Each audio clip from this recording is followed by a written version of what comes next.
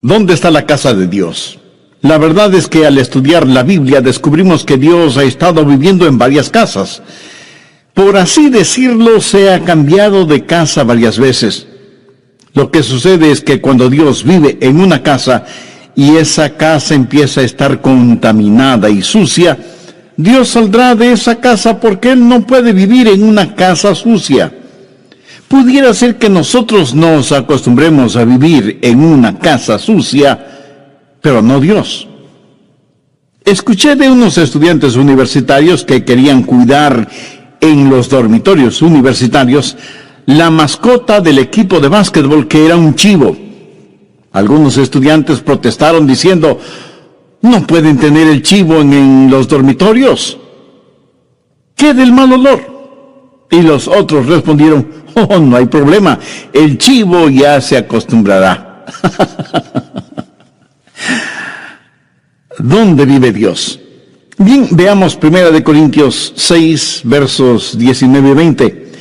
¿O ignoráis que vuestro cuerpo es el templo del Espíritu Santo, el cual está en vosotros, el cual tenéis de Dios, y que no sois vuestros?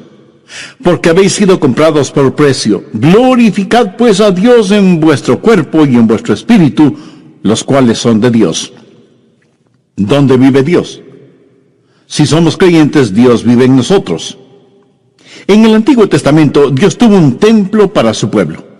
En el Nuevo Testamento, Dios tiene un pueblo para su templo. Dios vive en nosotros y nuestro corazón es su residencia real. Dios ha vivido en varias casas y ha salido de ellas. Por ejemplo, la primera casa en la cual Dios vivió fue un hombre llamado Adán. La Biblia dice en Génesis 2:7, entonces Jehová, Dios, formó al hombre del polvo de la tierra y sopló en su nariz aliento de vida, y fue el hombre un ser viviente. ¿Qué es el hombre? El hombre es cuerpo, alma y espíritu. Dios hizo el cuerpo del hombre del polvo de la tierra. Dios sopló en la nariz del hombre el aliento de vida, y eso es el Espíritu de Dios. Y el hombre vino a ser un alma viviente. Por favor, anote al margen 1 Tesalonicenses 5:23. Y el mismo Dios de paz os santifique por completo, y todo vuestro ser, espíritu, alma y cuerpo, sea guardado irreprensible para la venida de nuestro Señor Jesucristo. Fiel es el que os llama, el cual también lo hará. Usted y yo tenemos un cuerpo. Esto es piel, pelo, huesos, músculos, venas, nervios, hígado, pulmones, etc. Eso es nuestro cuerpo. Y con este cuerpo tenemos vida física y estamos en contacto con el mundo físico. Pero la Biblia también dice que tenemos un alma. Ahora, ¿qué es el alma? La palabra griega para alma es psique, que es la palabra raíz de donde tenemos palabras como psicología, psiquiatría, etc. El alma es la parte emocional de cada uno de nosotros, la porción cognitiva que vive en nuestro cuerpo. La mente, las emociones, la voluntad, todas esas cosas que hacen de nosotros lo que somos y definen nuestra personalidad, inteligencia, sentido del humor, proclividades, idiosincrasias. Esa es nuestra alma. Con nuestro cuerpo tenemos vida física y contacto con el mundo físico. Con nuestra alma tenemos vida psicológica y conocemos el mundo dentro y alrededor de nosotros. ¿Y qué acerca del espíritu? Yo solía pensar que alma y espíritu eran lo mismo, pero eso no es lo que las Escrituras enseñan. Pablo menciona cuerpo, alma y espíritu.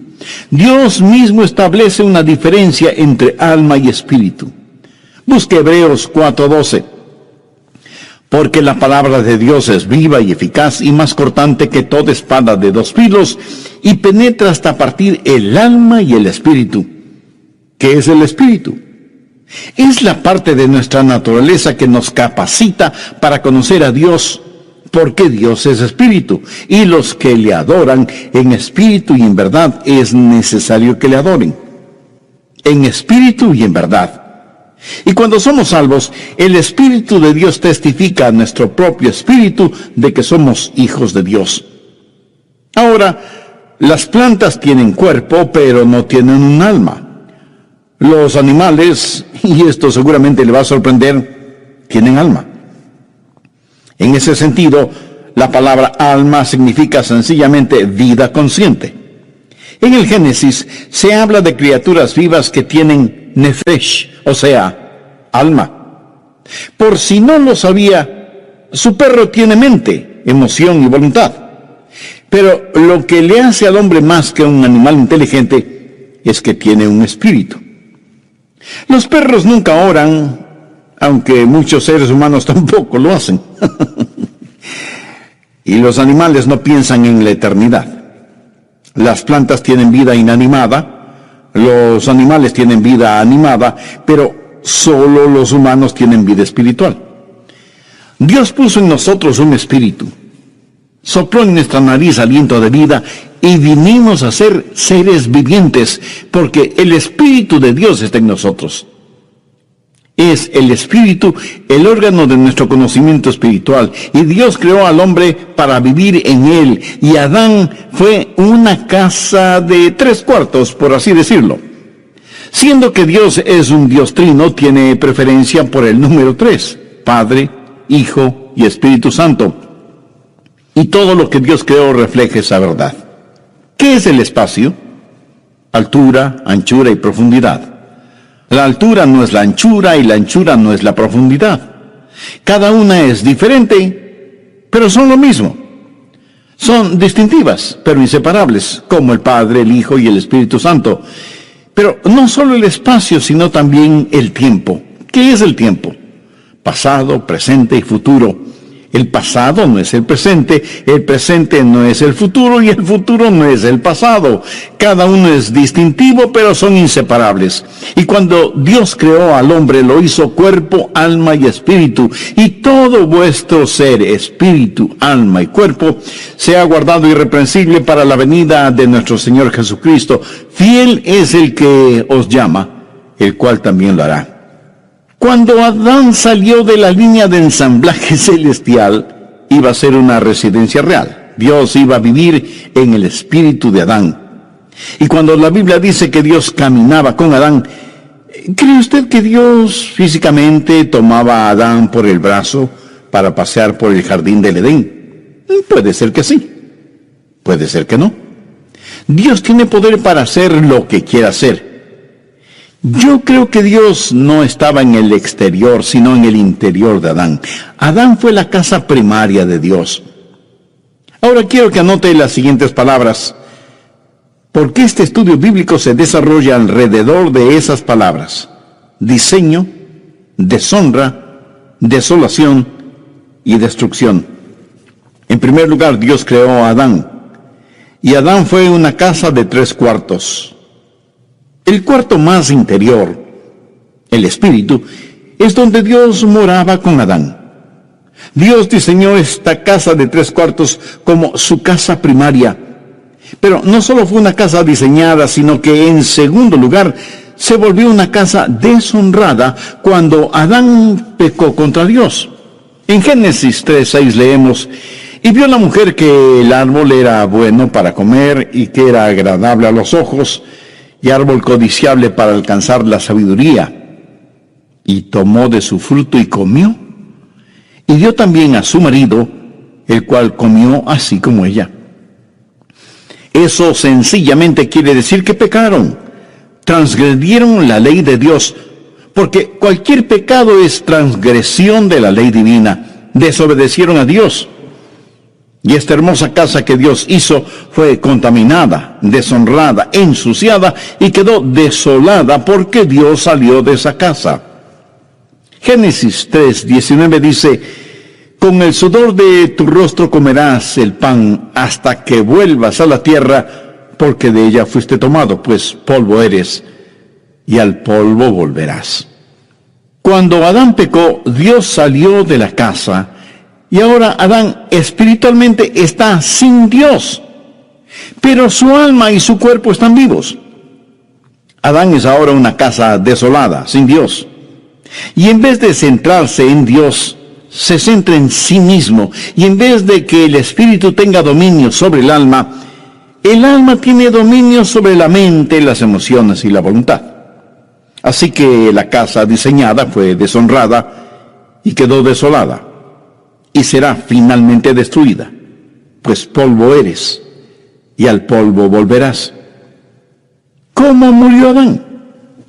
Dios había advertido a Adán y a Eva que si comían del árbol prohibido, morirían. Cuando usted lee la Biblia, descubre que Adán vivió 900 años y tuvo hijos. Pero Dios no había dicho que morirían si comían del fruto prohibido. Entonces, ¿murió o no murió? Déjeme decirle cómo murió Adán. Murió inmediatamente en su espíritu, murió progresivamente en su alma y murió definitivamente en su cuerpo. Esto es muy importante y quiero que se lo grabe muy bien en su memoria. Ahora, ¿qué significa el estar perdido? ¿Están perdidos solo los ladrones, los violadores, los asesinos, los drogadictos, los depravados sexuales? No. Estar perdido es estar sin Dios. ¿Cuánto se necesita pecar para estar sin Dios? La mitad de un pecado, ni siquiera un pecado entero. Dios jamás vivirá en una casa sucia. Dios ya no permaneció en Adán, que fue su residencia real y primaria. El instante que Adán pecó, inmediatamente murió en su espíritu. Leemos en 1 de Juan 5:12, el que tiene al Hijo tiene la vida, el que no tiene al Hijo de Dios no tiene la vida. Muchos de quienes me escuchan este mismo momento, aunque sientan latir su corazón y sepan que sus mentes están lúcidas, si no tienen a Cristo, están muertos. Y hay millones de muertos vivientes en el mundo. Y usted, aunque no se haya dado cuenta, probablemente está rodeado de gente que vive, pero en realidad está muerta. O a lo mejor usted mismo es una de esas personas.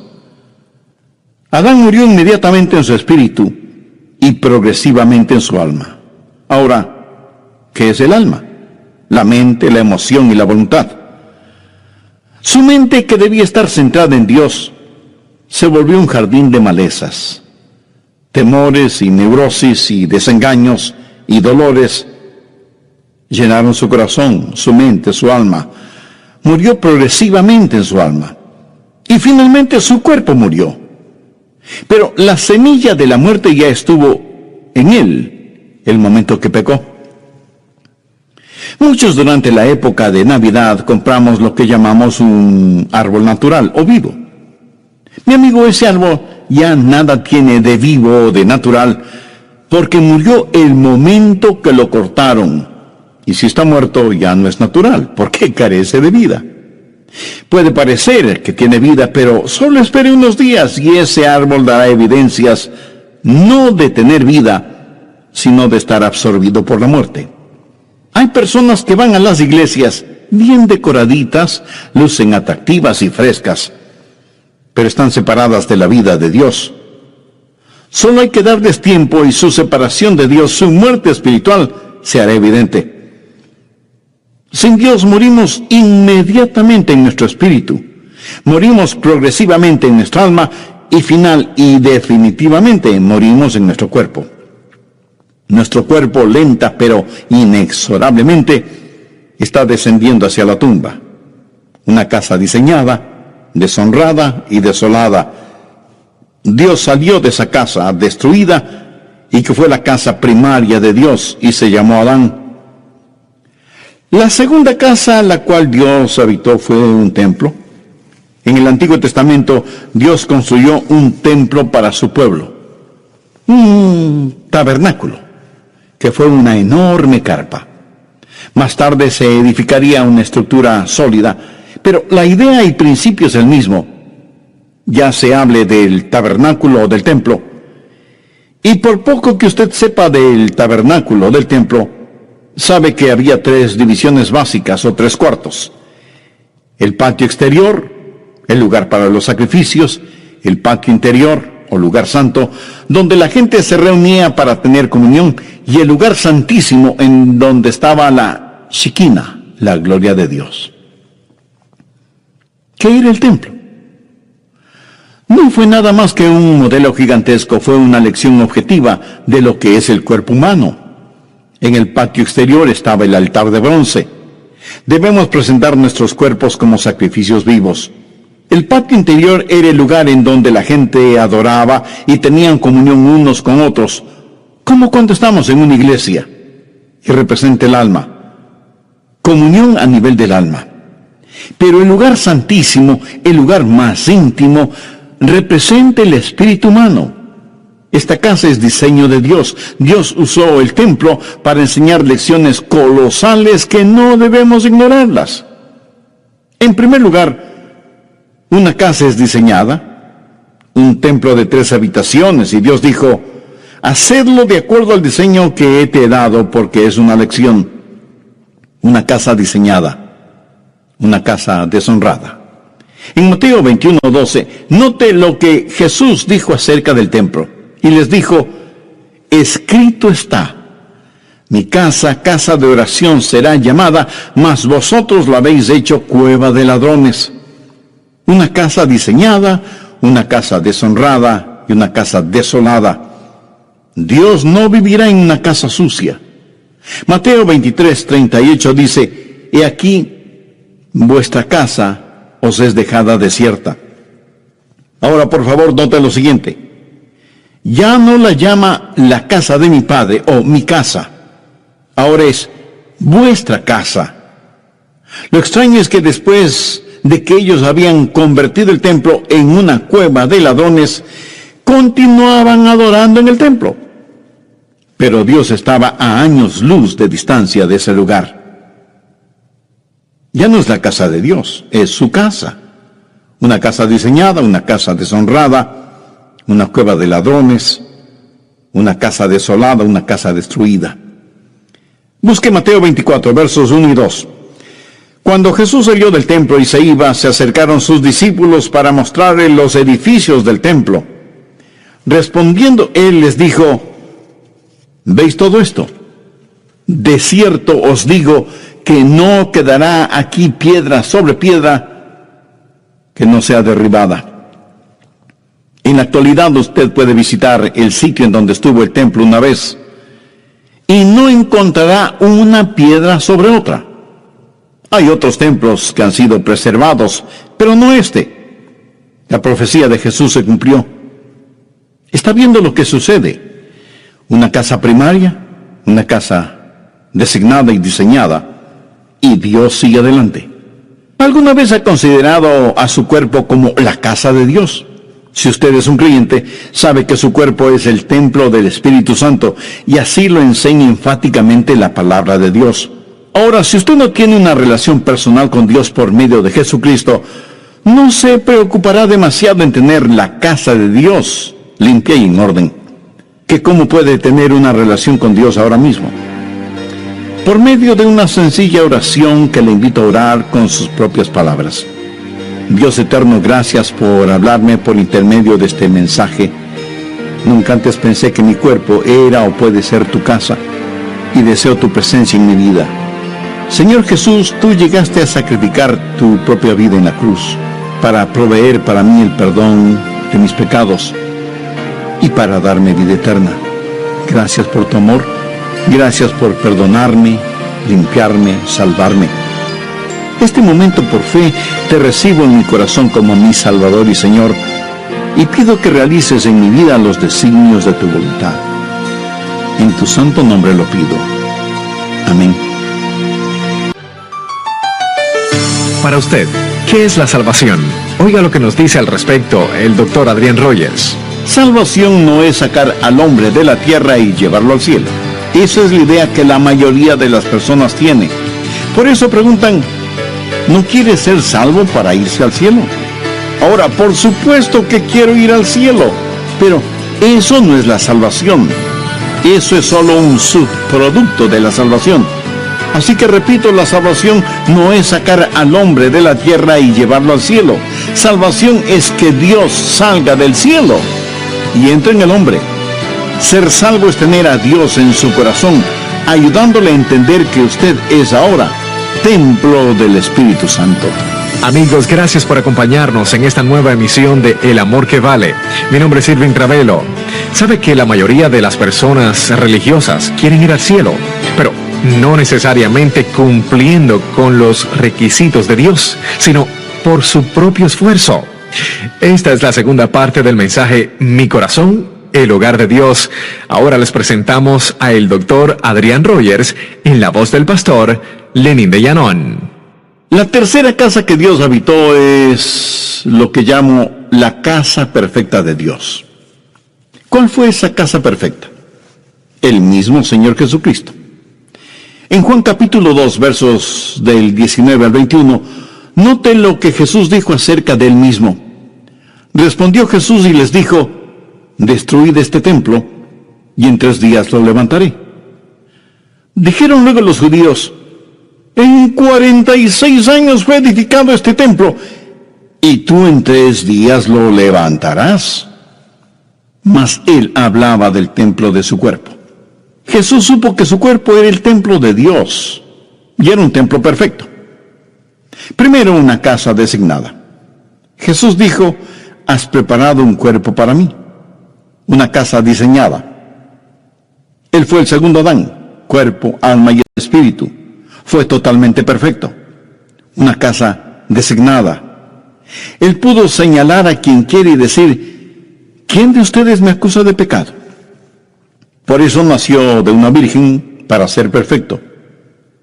Él no es el hijo de Adán. En Adán todos mueren. Él vino como lo hizo, nació de una virgen, para ser lo que fue, sin pecado. Él fue lo que fue, sin pecado, para hacer lo que hizo, morir por nuestros pecados.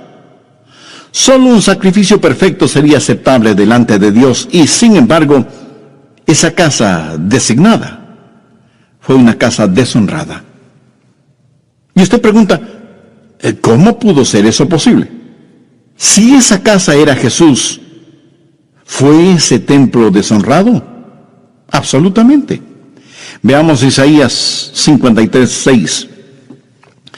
Todos nosotros nos descarriamos como ovejas, cada cual se apartó por su camino, mas Jehová cargó en él, esto es, en Jesús, el pecado de todos nosotros. Y en 1 de Pedro 2:24 leemos: quien llevó él mismo nuestros pecados en su cuerpo sobre el madero, para que nosotros, estando muertos a los pecados, vivamos a la justicia, y por cuya herida fuisteis sanados. La Biblia también dice que al que no conoció pecado, o sea, Jesús, por nosotros lo hizo pecado. Dios tomó mi pecado, su pecado, nuestro pecado, toda la podredumbre, suciedad y maldad de este mundo, y lo puso sobre el Señor Jesucristo. Él nunca pecó, pero todos nuestros pecados fueron puestos sobre él. Una casa designada, una casa deshonrada, una casa desolada. Veamos Mateo 27:46. Jesús está clavado en ese invento infernal llamado cruz, y agonizante y sangrante, y dice: Elí, Elí, lama sabactani. Esto es: Dios mío, ¿por qué me has desamparado? Bueno, le diré por qué lo hizo. Dios no puede vivir en una casa sucia.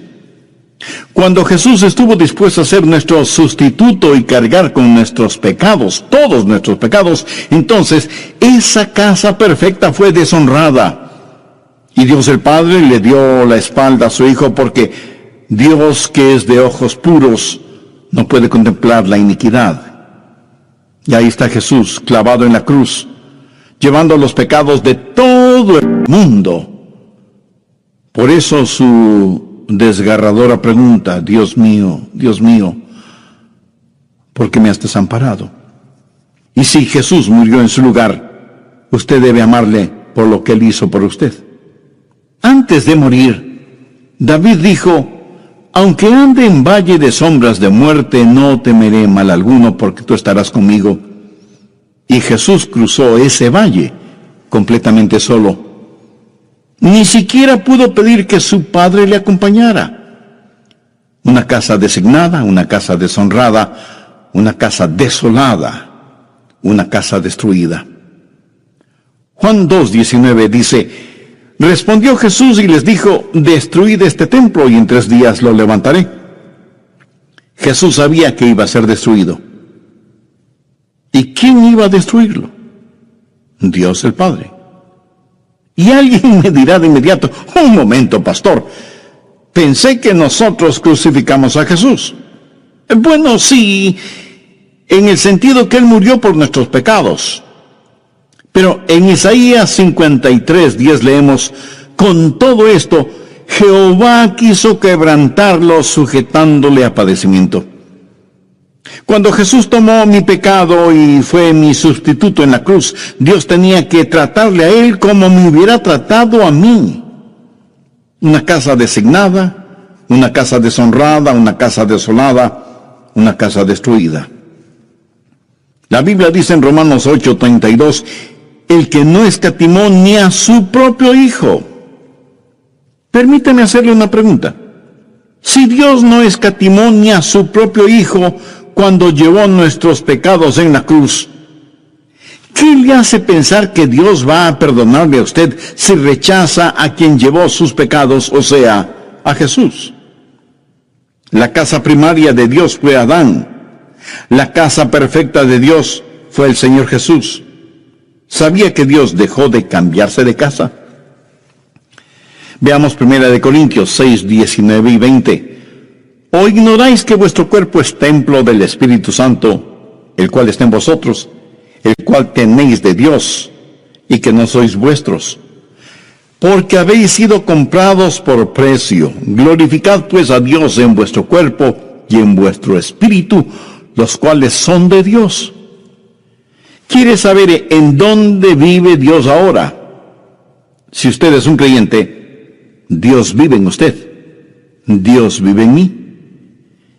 Y ya no se cambiará de casa.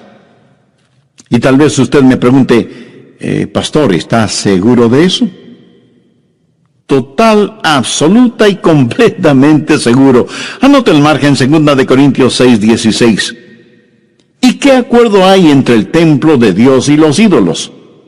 Porque vosotros sois el templo del Dios viviente, como Dios dijo: habitaré y andaré entre ellos y seré su Dios, y ellos serán mi pueblo. Ahora retrocedamos hasta el Evangelio de Juan, capítulo 14 y verso 16. Y yo rogaré al Padre y os dará otro consolador, para que esté con vosotros para siempre. ¿Notó la última parte de esa promesa? Para que esté con vosotros. ¿Por cuánto tiempo? Para siempre.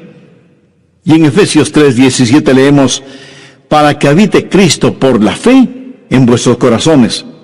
Dios ya no se cambia de casa. Muchas veces cuando vamos a la iglesia, por lo general decimos: vamos a la casa de Dios. Pero eso no es exactamente así, porque la verdad es que estamos llevando la casa de Dios, esto es, nosotros mismos, al templo. Bien, antes de finalizar, saquemos algunas conclusiones o lecciones de todo esto. Primero, la lección concerniente a la salvación. ¿Qué es la salvación? Salvación no es sacar al hombre de la tierra y llevarlo al cielo. Esa es la idea que la mayoría de las personas tiene. Por eso preguntan: ¿no quiere ser salvo para irse al cielo? Ahora, por supuesto que quiere ir al cielo, pero eso no es la salvación. Eso es solo un subproducto de la salvación. Así que repito, salvación no es sacar al hombre de la tierra y llevarlo al cielo. Salvación es que Dios salga del cielo y entre en el hombre. Ser salvo es tener a Dios en su corazón, ayudándole a entender que usted es ahora el templo del Espíritu Santo. Segundo, la lección concerniente a la seguridad.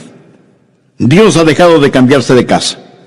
Dios habita en nuestro corazón por fe, y Él nunca, nunca, nunca nos dejará ni nos abandonará. Él vino para permanecer con nosotros y en nosotros. Ahora estoy seguro que alguien me preguntará, pero pastor, usted dijo que Dios no vivirá en una casa sucia, y yo francamente en ese aspecto, lejos estoy de ser perfecto o limpio. Amigo, su inquietud es honesta y válida. Permítame decirle lo que sucede. Debido al sacrificio en el Calvario, ningún pecado le será imputado a usted. Busque Romanos 4, los versos 7 y 8. Bienaventurados aquellos cuyas iniquidades son perdonadas y cuyos pecados son cubiertos. Bienaventurado el varón a quien el Señor no inculpa de pecado. Si Dios tuviera que poner a un medio pecado en su hoja de vida, él tendría que cambiarse de casa. Pero no le inculpa a usted de pecado porque ya le perdonó. Entonces, ¿qué sucede si usted vuelve a pecar?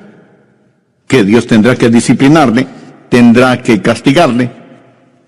¿Qué es lo que dice Hebreos 12:6? Porque el Señor al que ama disciplina y azota a todo el que recibe por hijo. Algunas personas no creen en la eterna seguridad del creyente. Piensan que usted puede salvarse y perderse, salvarse y perderse. Y si usted cree semejante cosa, se volverá en un neurótico espiritual. Algunos dicen, oh, yo creo en la seguridad y creeré absolutamente en ella cuando llegue al cielo. Otros piensan, cuando súbitamente dé el gran salto hacia el cielo, cerraré las puertas celestiales detrás de mí y diré, vaya, ahora estoy a salvo. Bien, pero espere un minuto. Recuerde que ángeles cayeron del cielo. Escúcheme muy atentamente. Seguridad no es un lugar. Seguridad es una persona. Y su nombre es Jesucristo. Tercero, la lección concerniente a la santificación. Ya he dicho que Adán murió inmediatamente en su espíritu, murió progresivamente en su alma y murió definitivamente en su cuerpo. Ahora cuando usted se salva, Dios pone todo esto al revés, porque cuando se salva usted es justificado inmediatamente en su espíritu. La Biblia habla del espíritu del hombre justo, hecho perfecto. Usted es justificado inmediatamente. El momento en que usted le dice sí a Jesucristo, ese mismo instante es justificado en su espíritu, y cada pecado, cada mancha, cada arruga es enterrado en la tumba del olvido de Dios. Y no solo que es justificado inmediatamente en su espíritu, sino que es santificado progresivamente en su alma. Adán murió progresivamente en su alma, pero usted es santificado progresivamente en su alma.